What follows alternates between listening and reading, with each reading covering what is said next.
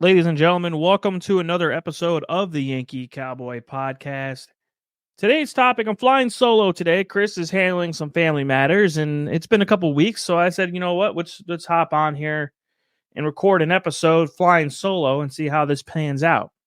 Today's topic, honestly, is in the, I would say, direct result of the WNBA draft that occurred on 4/15.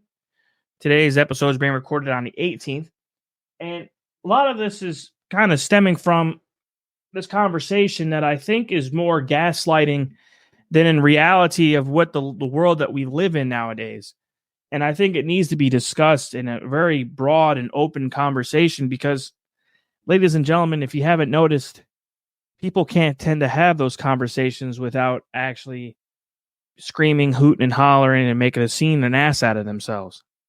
So, yours truly and the partners here at the Yankee Cowboy Podcast love to talk about all things controversial and actually genuinely have a conversation about it.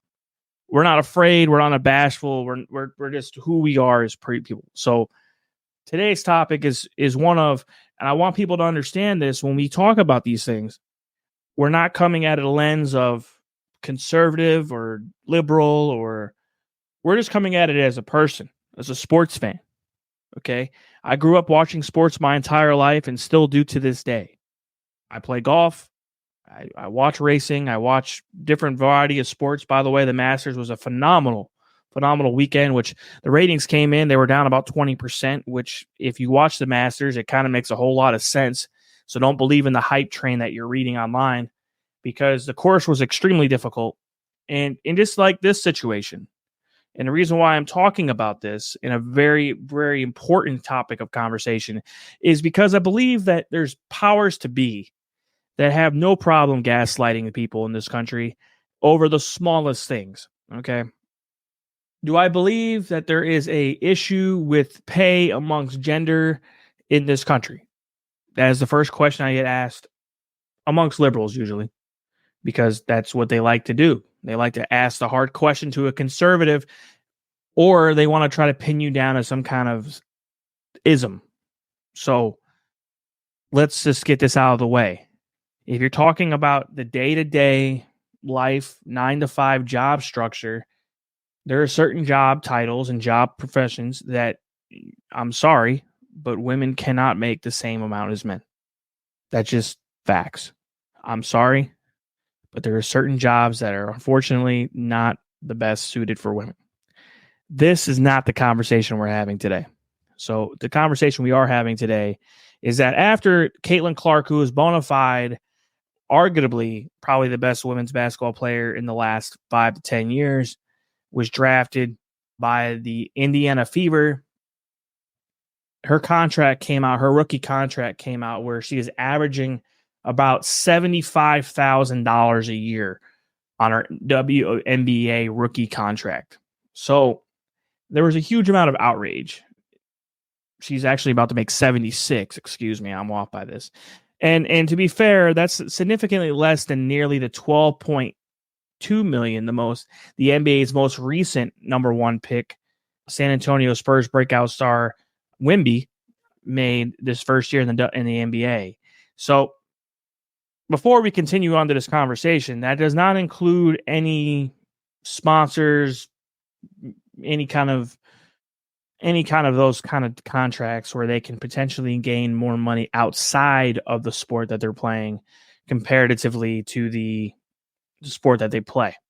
Okay, so before we go down this road of just gaslighting of all stupidity here, we need to kind of talk about there's certain nuances in this conversation that need to be discussed, okay? And then I'm going to kind of take you down a little bit of an avenue and a road of the other sports that are not as popular as, let's say, the NBA or the NFL, okay? And see what their pay structure is like, just for informative sake. So the WNBA salaries are set under what's currently the collective bargaining agreement that they have, and which marks major progress for players in 2020. They maxed their salary, doubled their salaries in 2020's collective bargaining agreement. Total cash compensation went up to about $500,000. And the agreement, which included provisions for basic, which obviously could be negotiated later in the next collective bargaining agreement? Is there accommodations? There are women's health and maternity benefits. It was a step forward, right? So there's no question about that in their last collective bargaining agreement. These players all are unfortunately agree to be unionized, and that's where they have this situation, and that's where you are bargained and you are held to that bargaining agreement. There's been many people on the WNBA side, they say that they're not looking to make the same money as their NBA counterparts, at least right now. And they said so repeatedly. The WNBA players are aware that their revenue, almost $200 million in 2023 as a league, did not compare to the $10 billion by the NBA. But the players also understand that their revenue is in part based on the undervaluing of their game by media rights partners. So there's some room for improvement is what a lot of this is saying. If you really are on the internet and things like that, there's room for improvement. And the difference is before the WNBA was pretty most of the part subsidized by the NBA. Okay. And this is where it kind of gets wonky, but the details do really indeed matter in this argument. If you want to get emotional and get gaslit, okay, don't read any further. But when you read a lot of these articles online and you talk about the facts of what's going on in the league, it's important to recognize that there's some things that you just can't control, right? So there's some things where it gets wonky here. The current media rights deal for the WNBA crosses broadcast, cable, and streaming platforms is only worth about $60 million per year. Those deals are with ESPN, Prime Video, and Ion, are set to expire at the end of the 25 season. Okay. She expects the league, the commissioner of the WNBA, Kathy Engelbert, I believe is her name, expects the values of those league rights deals to at least double in renegotiation. So the reason why she expects them to reevaluate in that high manner is because the March Madness for the women's side had made $65 million annually, and that's 10x its previous evaluation. Being a UConn grad, it is no surprise that there's certain things that go on with women's sports and women's basketball, but these players, many of them in the WNBA, graduated from my alma mater, and they are just bona fide, pure athletes. Okay, there's nothing better than what they are. They are amazing women that have for the better. And I mean this legitimately and honestly. Is there room for improvement? Sure. But this conversation on this podcast isn't about putting doubt or casting a judgment. It is this exploring this in a manner that I think literally everybody needs to understand is that these are the facts. Okay. How do you wish the WNBA to pursue this, right? How, as players, not just the league, but as the players, right? If the WNBA garnered a larger proportion of media money, right, because of the growth of the game, that I can see that. Then there comes a problem that we have seen on a level of just being a sports fan. A lot of these sports get hidden behind paywalls and things like that, especially with ESPN Plus and the Fox Sports app, and there are a lot of different apps as well. There's a lot of serious opportunities here that I wish people kind of would look at before they would just blow their lid over something. And that's really where it's getting down to. The question I have for the audience as a whole is, if you were a professional athlete in this space, where would you go first? Yes, of course you would love to raise salaries in the league. That's, I think, universal. I think everybody, doesn't matter if you're a professional athlete or a 9-to-5er or a logistics person or a truck driver or anything that goes on with life, you always would like to make more money. That's not the issue. It's also a work-life situation where the benefits keep the professional athlete engaged. For example, maybe better accommodations for the athlete when it comes to travel, things along those lines. Insurance, potential retirement benefits, things along those lines are obviously open for conversation. And I think they're worthy of a conversation. And why I bring this up is that I want you guys to understand this. The NBA just obviously renegotiated their collective bargaining agreement. Okay, I believe it was 2 years ago, back in 22, and it's a 5-year deal. And under their current collective bargaining agreement, which is there is an opt-out clause in the collective bargaining agreement.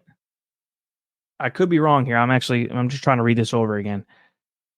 There's actually is a collective bargaining agreement for the WNBA that expires in 27.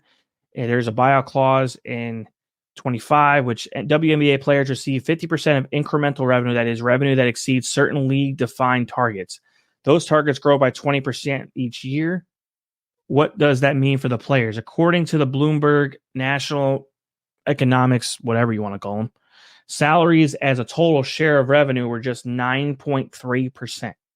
So there's definitely room for improvement on the collective bargaining agreement. But that is not what I'm trying to talk to all of you about today. I'm trying to talk to all of you today as it's important, because what you're seeing from the media here is a huge disparity between the conversation as a whole about maybe we should have a conversation about maybe working on this at the next go around. Okay. The NBA rookie contract, if you are just a rookie, I'm not talking about number 1 overall pick. I'm talking about if you are legitimately a rookie, okay, is a $3.92 million contract for the lowest, let's say the highest drafted player on draft night. This is a $3.92 million deal. Okay. I think legitimately a lot of people need to understand that professional athletes get paid differently, and the NBA gets paid bi-weekly. Okay, that's how they get paid. So we're going to compare a little bit and kind of give you a little bit of a compare and contrast here, because that's basketball, right? Talk about hockey, right? Hockey is a very awesome sport here in the United States and Canada and across the globe. The NHL has a maximum amount entry-level players can sign for.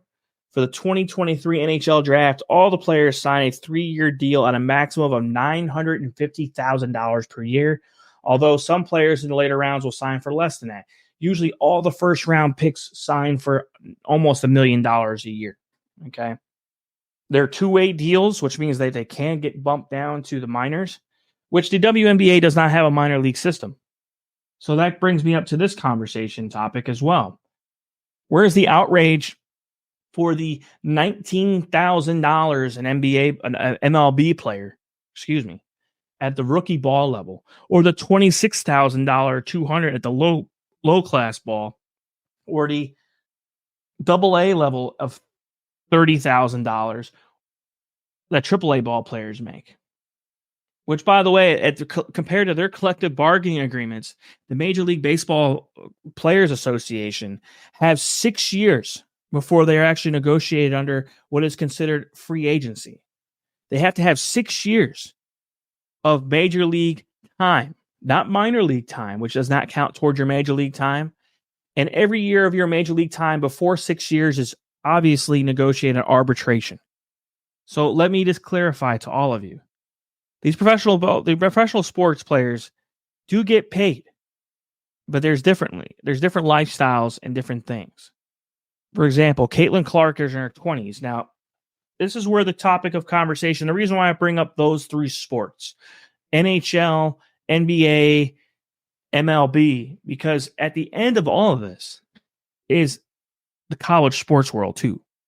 The ruling of the NIL deal changes professional sports as well and has a huge impact on professional sports. And that meaning is this. A lot of players before the NIL deal would go early to the draft to get maybe for more money. Well, in the NIL situation, they are being compensated. Some college athletes were making upwards to more than what they were going to make ever of the professional basketball. For example, Paige Buckner from UConn. Amazing guard. I believe she's a guard. Could be wrong there. I apologize if I am. But She has a very strong contract with Gatorade. Kaitlyn Clark has a negotiated deal with Nike and other sponsorships along the way.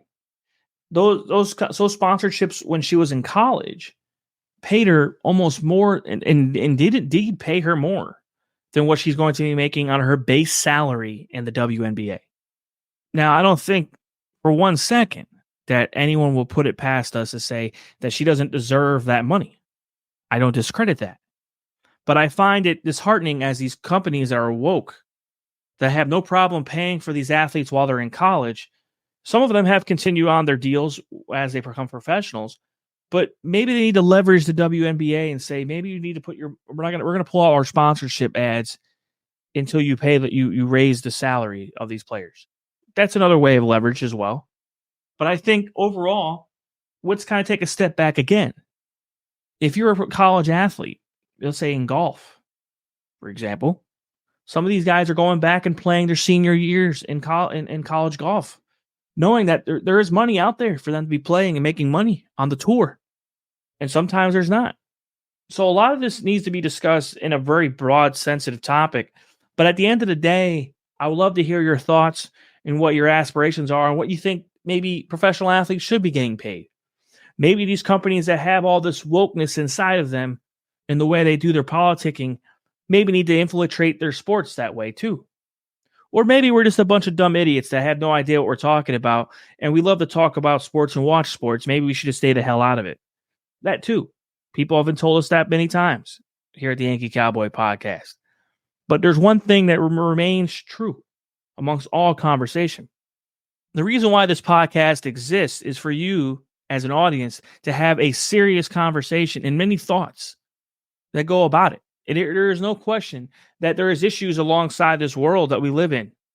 But don't for 1 second truly believe at their heart of hearts that the media doesn't like to have hysteria. Donald Trump said that the media is the enemy of the people. I think he should kind of reword that a little bit, because a lot of things that we find out that are actually good journalism is found out through media. Just like I found out yesterday that Bill Belichick doesn't like coffee. Thank you, Pat McAfee. These things, I've been a diehard Patriots fan my whole life. Didn't think I would know that, right? There's many things throughout the sports world that everybody seems to take a step back to and understand that we ourselves have a duty as well to not raise our blood pressure over things, but it goes in hand with our daily lives. Every single thing that we do has consequences and has reaction.